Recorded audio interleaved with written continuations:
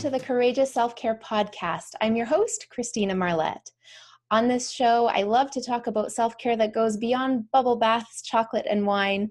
It is the self-care that is on the inside that can get really uncomfortable, and it can change your life. I am thrilled today to have my guest, Sharla Brown. Sharla, welcome. Hi, how are you, Christina?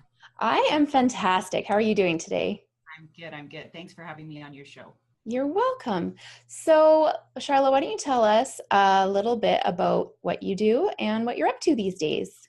You bet. Well, it's been a busy kickoff to 2018, that's for sure. I'm the founder of One Woman, which is an organization which connects women around the world and helps them to just live a better life. So we do a lot of work with women in developing countries, helping them to have a better life, partnering with charities that empower women through either entrepreneurship, skills development, or education. Because a lot of women in this world, or girls in this world, don't have access to education, or they don't have access to the means to be able to start a business or gain employment skills or go back to school. So those are the things that we do, is we help empower women. So it's the whole idea of, you give somebody a fish, you feed them for a day, you teach someone to fish, you feed them for a lifetime. But we also do it through great events here in Canada, and of course in developing countries or developed countries, where we connect women who are looking to just live a fearless life, looking to grow their business, expand their business, take the next right step in their life. Maybe it's leaving a job that they're unhappy in, or a relationship that they're not pleased in. So it's helping to connect women and like-minded women to share their stories and to be able to help them take the next right step in their lives. Wow, that is a lot of stuff on the go. That sounds amazing. Yeah. I'm curious, what got you started in it sounds like you're merging helping women who are in fortunate circumstances along with women who are not so fortunate. And so how did that get started for you? Yeah, well, I started an event management company 5 years ago called Keynote Events. And what was important to me when I started that next business was that it made an impact and it made a difference, because I can't just work for a paycheck. That's never been enough for me. I really need to be able to make a difference, and it's really important to me. That's just something that's always been put on my heart, is to be able to help other people. And so through Keynote Events, I'd always partner with charities and raised over $1.3 million to date for charities here in Canada. And it was just that next right step. I volunteered my time to do some work with an organization called We. And we did a mini We Day here in Thunder Bay, where I live. And that got me going to Ecuador. And I worked on a project there, working with women, building a women's empowerment center, which I really got the taste of that, in terms of, the needs that women have and the desires that they have are the same. Doesn't matter where you are in the world. If you're a Canadian woman, if you're from Ecuador, if you're from India, if you're from Africa, you just want a little better life for yourself, for your family, and for your community around you. And I realized in those 10 days that I spent in the Amazon rainforest is that, I could be here for 10 days and I could dig some holes in the ground and saw some rebar and, put in some, sweat to help these women build this center. Or I could go home and I can create an organization that helps women around the world to be able to do the same thing. And I knew that I had those capabilities to do that. And that's what I came home and I did back in 2015. So in the last 3 years, I've been working with women in Ecuador. I've been to Kenya. I've been to India and in Indonesia, working with women through skills development, through entrepreneurship, and through education. And then, of course, these next events coming up in Canada, the Fearless events, which are our fundraisers for this year. So it's been a busy year, but lots of excitement, and I'm excited about what I do. You are excited to get out of bed in the morning? I can't wait to get out of bed. And somebody called me first thing this morning and thought it would be too early. And I said, I don't really sleep a whole lot, and I have no complaints. I love what I do, and I'm thankful for it every night I go to bed, and I can't wait to get out of bed every morning and help others. So it's great. What a great way to live life. It's the only way I'd want to live it. So yeah. So that's a good segue into, since you do have a lot on the go, what would you say is your favorite self-care practice? So for me, I think one of the biggest one is gratitude every day. I'm so thankful that, I get to wake up and do what I do every day. And that took a lot of moving beyond fears to be able to do that. I worked for the federal government for almost 20 years, and it took me quitting that job to be able to get up and do this every day. So I'm thankful and grateful for what I have every day. And yeah, that's kind of a big one for me, is just the gratitude piece. I'm a spiritual person. So, I go to church on Sundays, and, I have a very close relationship in my faith, and I rely and lean on that, and that's what gets me through the day. And as for, I do believe in the beyond bubble baths and that kind of stuff, and but also having a good balance in my life. I have two beautiful puppies that I spend time with. I have a wonderful partner in my life that we spend great time together, and having that balance of work and also appreciating the other things that I have in my life. And so those are definitely some of the practices that I have. Thank you for sharing those. And I would wholeheartedly agree about the gratitude. That's, in fact, one of the foundations of courageous self-care. And truly, I believe that gratitude changes everything. It can get you from the worst situation into finding the silver lining, and it transforms your whole countenance, no matter what the situation is. Absolutely, for sure. Thank you for sharing that. So, Sharla, I would love to hear your story of everyday courage. Everyday courage. Well, like I said, I look fear in the face every single day. Just having a business. There's always the ups and downs of entrepreneurship, no matter, and that can happen in any job, but entrepreneurship, it's not a 9 to 5 and you can just shut it off. You have to move beyond those fears to grow and really have faith in your capabilities to do something, that when you have a goal or a dream or something that you want to accomplish, that you can believe that you can do it, and you start making those, what is the next right step that I need to do? And one of the biggest things for me was, of course, like I said, quitting that federal government job, because that's not something that most people would do. That's something that was ingrained in me, that when you got that job, you stuck in it, whether you loved it or you didn't love it, because you had pension and you had benefits and you had all that stuff. And, that was a big step for me, was just finally saying, it no longer serves me, and this is what I need to do next, and typing up that email and hitting send. So that was like a big fearless moment for me.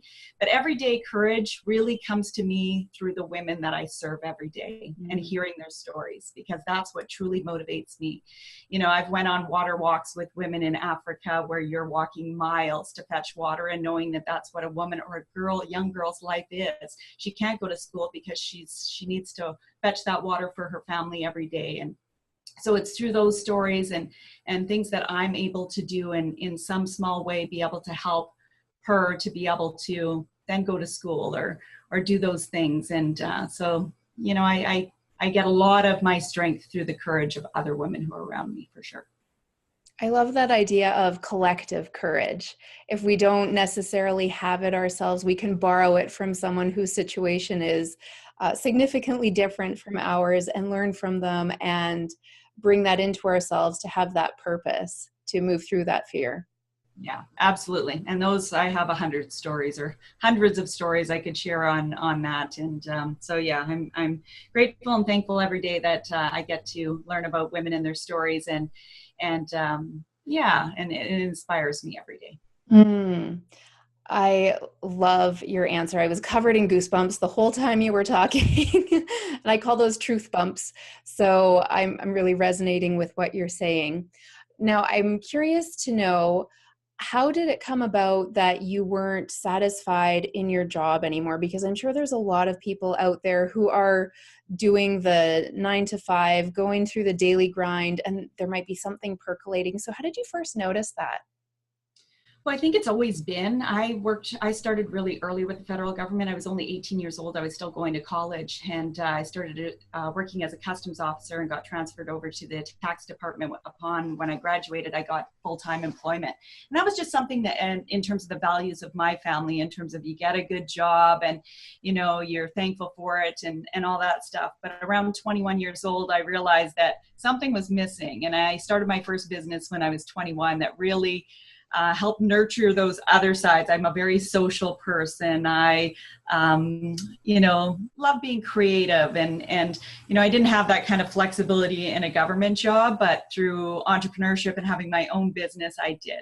So I lived the best of kind of both worlds. You had that security and that paycheck, but then I also had my fun business on the side that allowed me to travel and do the things that I really enjoy and am passionate about doing. And it was an evolution over time that it was like I juggled both all these years, over 20 years. And it was 5 years ago that I finally left my job. And I spent almost a 20-year career with the federal government, but it was just a powerful moment for me where I knew it was time to leave. And I tell people, it's not an all or nothing. For 20 years, I did both. It's not the fact that you have to quit. It's just the fact that you got to figure out a way to make it work. And when the time comes and you know that it's time to go, it's having that courage to finally say, I'm going to be just fine, that I'm smart and I'm capable and I'll figure it out. And 5 years later, I have no regrets. Sounds like you really were tuned into what makes you happy and fulfilled. And so you were able to use that to move forward rather than staying where you were. Absolutely. And the thing is that I could have done both probably my whole lifetime, but I know I couldn't have done as good of a job as if I could devote full time to doing it and being able to travel and meet the women around the world that I serve and I help and all that stuff. So it's the fact that it was the next right step in that moment was to be able to let that go. And I think every woman truly knows that if you listen to that still small voice and you listen really attentively to what you feel is the next right step. And if you are miserable with where you are and it's not healthy for you to be there anymore, it's time to go. And you'll hear that loud and clear. It's time to go. Right. Yeah. If you don't listen to the small, tiny voice, it'll get more and more clear with seemingly more chaos.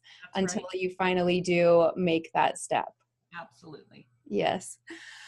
Oh, thank you so much for sharing your story, Sharla. I think that's really inspiring. And it makes me think of, I used to be a teacher, and I remember in my interview to be hired by the school board, there was a question, do you plan on being a teacher for a long time?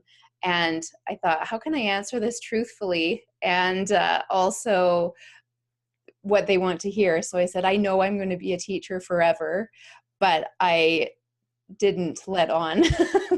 It probably wouldn't be with the school board forever. Absolutely. Absolutely. Yeah.